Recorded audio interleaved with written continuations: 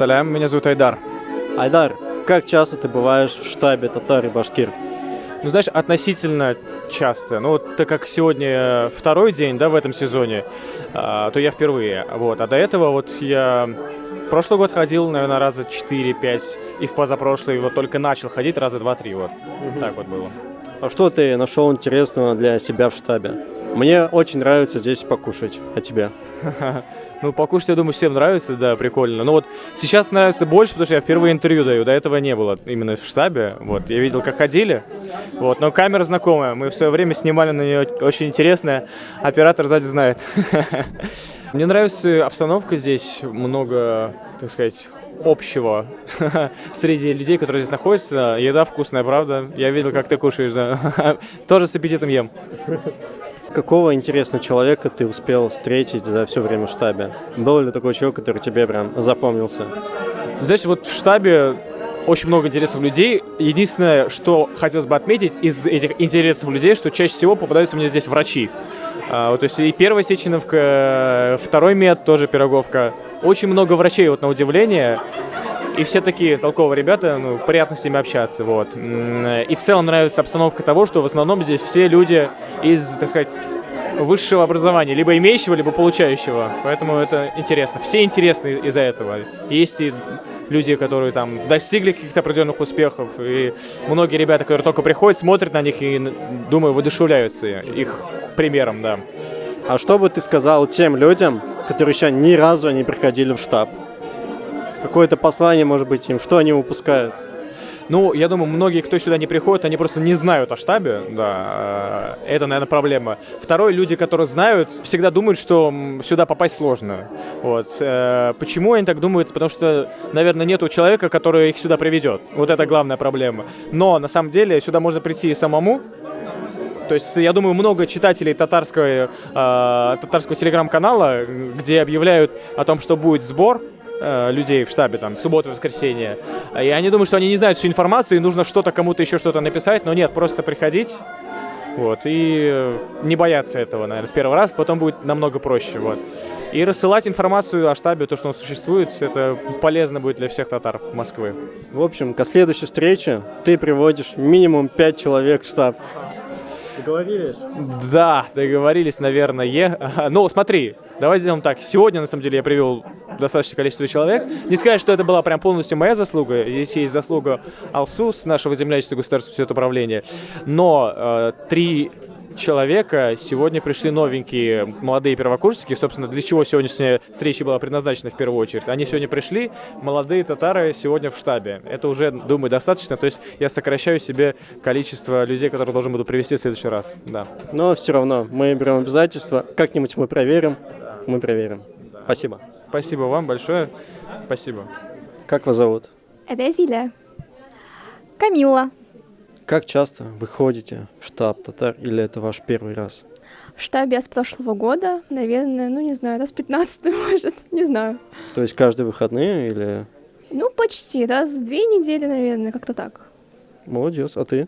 Я второй раз здесь, впервые была вчера, пригласила подруга, сегодня решила повторить опыт, потому что в воскресенье вечер свободный, и лучше провести его в хорошей компании. Что вы ищете в штабе?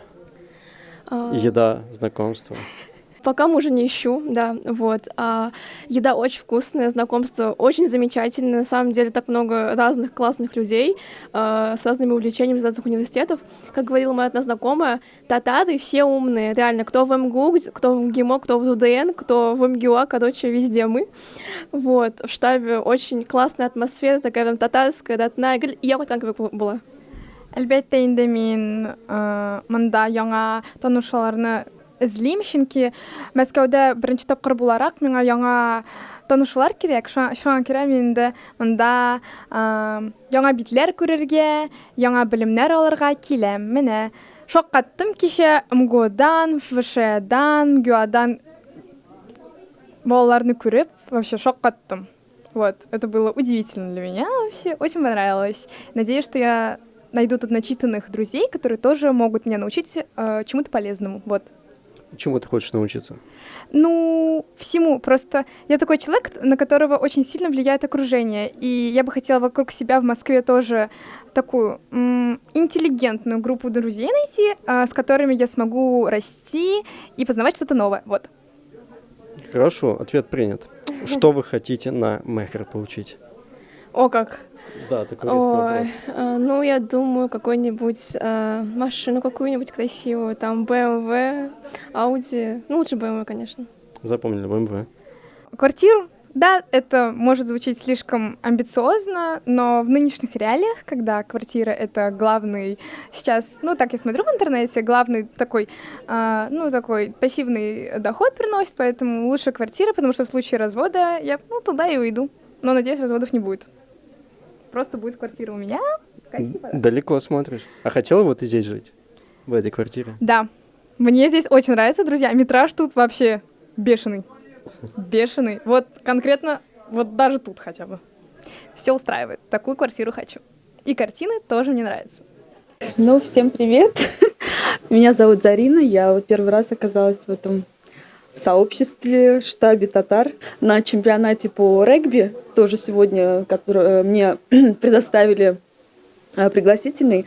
Там я вот встретила одного из тоже ваших членов сообщества, и мне вот подсказали, как сюда войти. На самом деле я могу точно утверждать, что меня очень впечатлила эта встреча. Вы знаете, я в Москве живу уже больше 10 лет, но у меня очень мало знакомых, друзей вообще, в принципе, из Казани, из Татарстана, в принципе, которые относятся к татарам. И я удивлена, насколько здесь молодое сообщество в плане возраста. То есть люди все, начиная там со школьников, студентов и заканчивая, в принципе, такой средний возраст.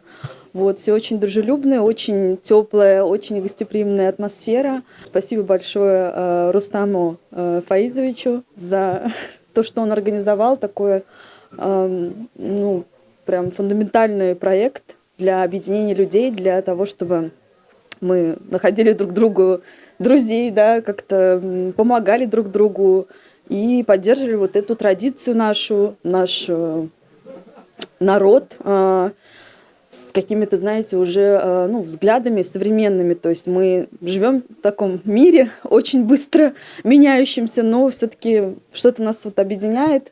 Я, конечно, буду принимать участие во всех мероприятиях, да, которые будут здесь происходить, и постараюсь тоже быть полезной этому сообществу.